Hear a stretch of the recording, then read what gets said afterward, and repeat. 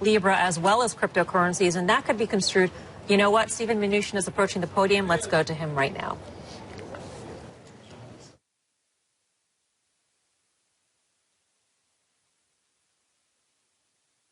Recently, as you know, there's been a great deal of interest about digital assets, including cryptocurrencies such as Bitcoin and Libra. There are many regulatory and supervisory questions regarding Libra, virtual assets, and virtual currencies, but I will focus primarily on the serious concerns the Treasury has regarding the growing misuse of virtual currencies by money launderers, terrorist financiers, and other bad players. This week, representatives of Facebook's Libra project will go to Capitol Hill to discuss their proposal for a cryptocurrency, the Libra. At the Treasury Department, across the U.S. government, and with the international financial community, there's been a great deal of activity recently related to the regulation and the treatment of digital assets in cryptocurrencies. I'd like to give some brief explanatory remarks about what we've been doing on this front, since there's lots of interest, and then I will open it up to questions. Last month, the Libra Association, a consortium of 28 businesses, including a Facebook subsidiary, announced that it is developing a cryptocurrency called the Libra. The Treasury Department has expressed very serious concerns that Libra could be misused by money launderers and terrorist financiers.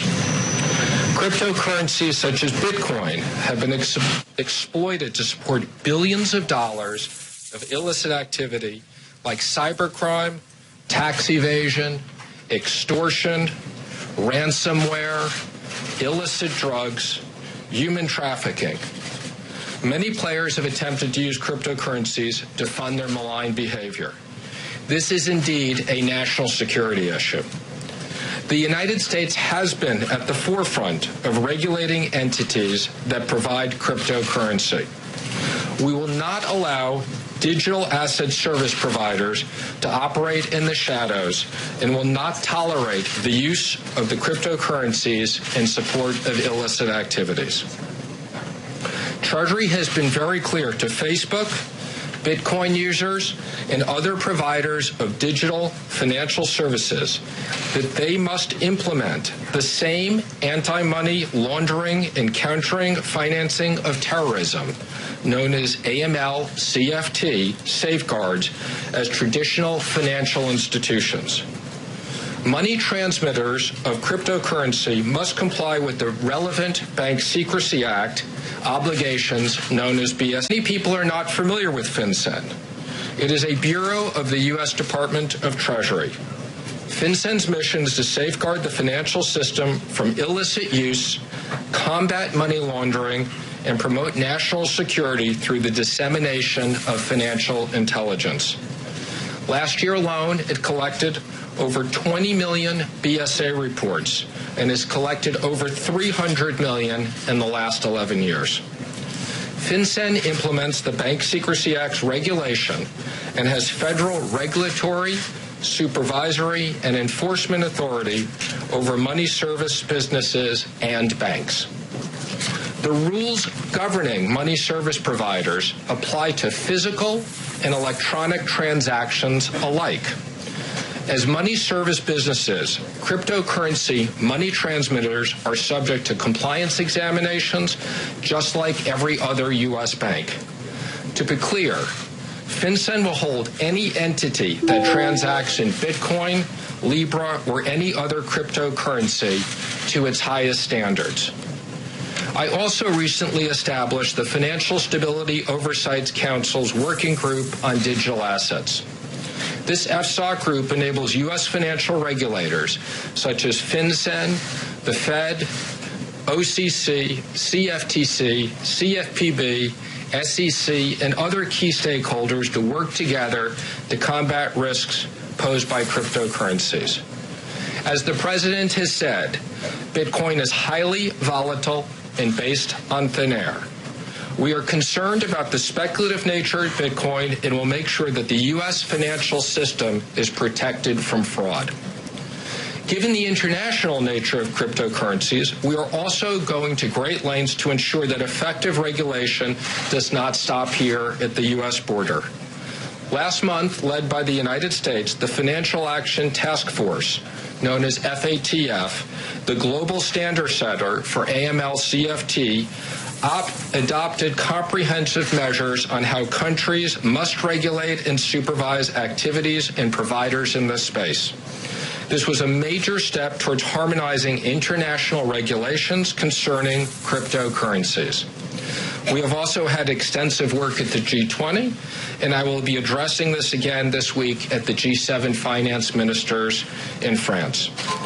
To be clear, the U.S. welcomes responsible innovation, including new technologies that may improve the efficiency of the financial system and expand access to financial services. That being said, with respect to Facebook's Libra and other developments in cryptocurrencies, our overriding goal is to maintain the integrity of our financial system and protect it from abuse. Treasury takes very seriously the role of the U.S. dollar as the world's reserve currency and will continue our efforts to protect our country and secure the U.S. and global financial systems. With that, I know there's been a lot of interest in this subject and perhaps a few others, so I'll take a few questions in the back. Thank you, Mr. Secretary. Two questions for you, if you don't mind. The first one is that Jay Powell of the Fed said last week that FSOC would be meeting in the future to discuss Facebook's Libra product specifically. Has that happened yet? And then secondly, you talk about Facebook putting this product out. If Facebook is able to ultimately resolve all of your concerns about AML and other issues, do you want Facebook to be in the business of issuing cryptocurrencies? So let me make the first comment, which is we, and I say we, either at the principals level or at the deputies level, we've had multiple meetings across the regulators with representatives of Facebook and expressed our concerns. We've also had multiple meetings of the FSOC working group. I think, you know, Jay Powell and I meet weekly, and we've talked about this extensively. So there are these discussions going on. They will continue to go on. Again, to the extent that Facebook can do this correctly and can have a payment system, you know, correctly with proper AML, that's fine. They got a lot of work to do to convince us to get to that place. Secretary, can you address the problems of raising the debt ceiling? Well, why don't I do this? I'm sure there's a lot of interest in that as well. But why don't I take a bunch of cryptocurrency questions, and then we'll come back to you on that. I'll give you that. But you can ask a cryptocurrency question, or I'll just come back to you. Okay, I'll wait for you. What are your concerns? Facebook's had privacy issues in the past. How does that play into your concern, and what is your level of concern with Facebook having Libra? Well, again, I would just say we obviously have concerns with the privacy issues. There's been items in the press about potential settlements. I'm not going to comment on that. But obviously, the regulators, and one of the regulators, as I've said, most people haven't heard on FinCEN. So one of the reasons I wanted to explain this is whether they're banks or whether they're non-banks, they're under the same regulatory environment for FinCEN, and we will hold them accountable. And they're going to have to convince us of very high standards before they have access to the U.S. financial system. Mr. Secretary, at the social media summit last week, the president essentially accused the social media giants of an animus against conservatives. Can you assure the markets and everyone watching that whatever action this government will take is not a result of the president's view that these social media giants are biased against him? Well, again, what I will tell you is the president does have concerns as it relates to Bitcoin and cryptocurrencies. And those are legitimate concerns that we've been working on for a long period of time. But no, we're not going to target any one entity. Everybody's playing by the same rules. Again, whether you walk into a money service provider or whether you walk into a bank or you do it digitally, you're going to have to adhere to the same rules. Thank you, Secretary. Considering that Bitcoin is decentralized, what do you tell Americans who want to invest in Bitcoin and other cryptocurrencies? Well, why not tell them to be careful, okay? They should be clear why they're investing in them. There's a lot of good things to invest in, obviously, we know about. But, you know, our number one issue is that, one, we don't want bad actors using cryptocurrencies. That's our number one issue. I think to a large extent, these cryptocurrencies have been dominated by illicit activities and speculation.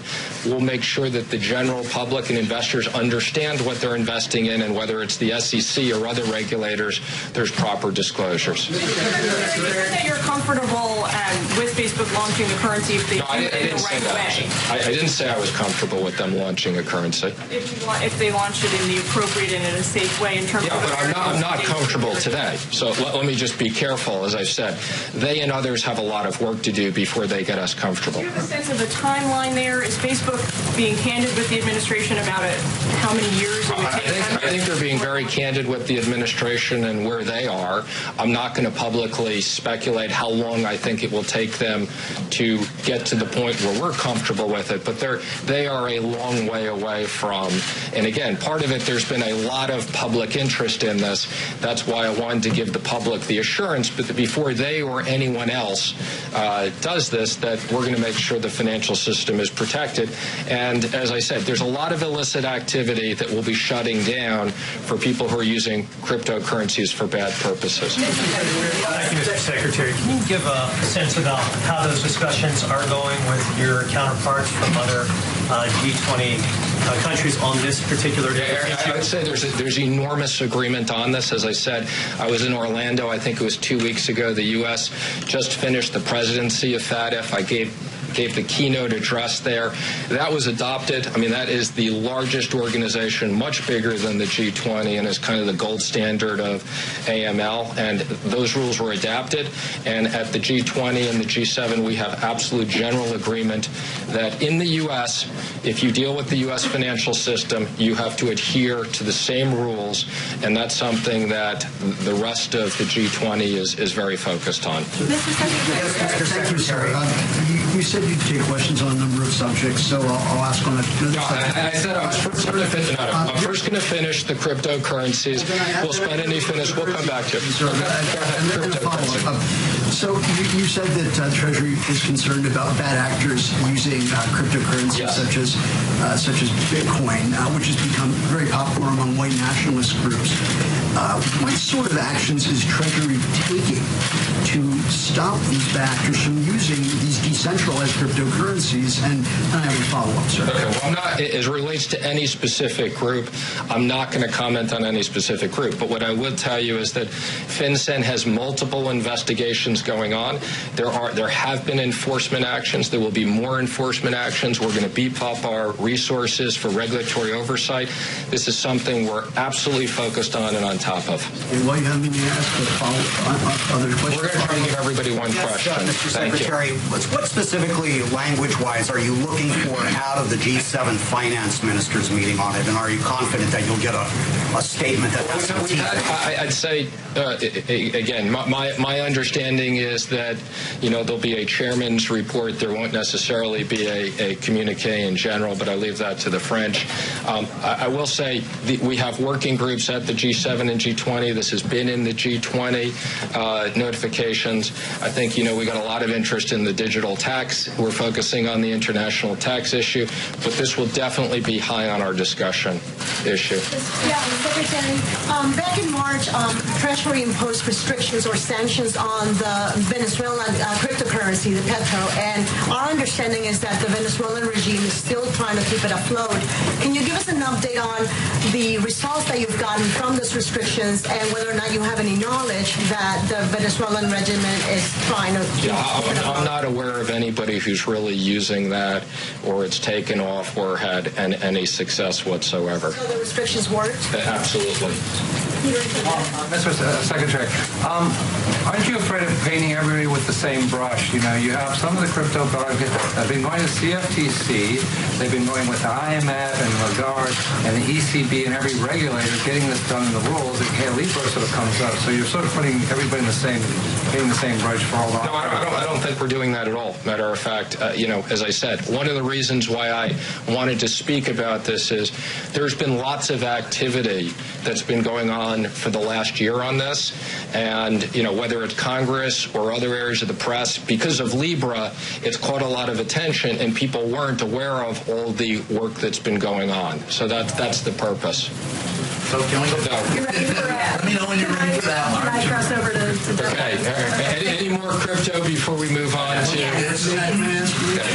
I wonder if you can be specific as to the illicit actions that you're referring to. Can you give us some examples so the American people can know if they're interested in getting into cryptocurrency, what things to avoid? Well, again, if you're dealing with a legitimate entity in the U.S., those legitimate entities that are attached to crypto are indeed subject to the Know Your Customer rules and AML. If you're looking to use Bitcoin to go through those entities and go on the dark web and think you're not going to get caught, you're going to get caught. So this is a warning. If you want to use it for speculation, that's one thing. If you want to use it for illicit activities, we're going to put the full effort of the U.S. Treasury and the regulators onto that.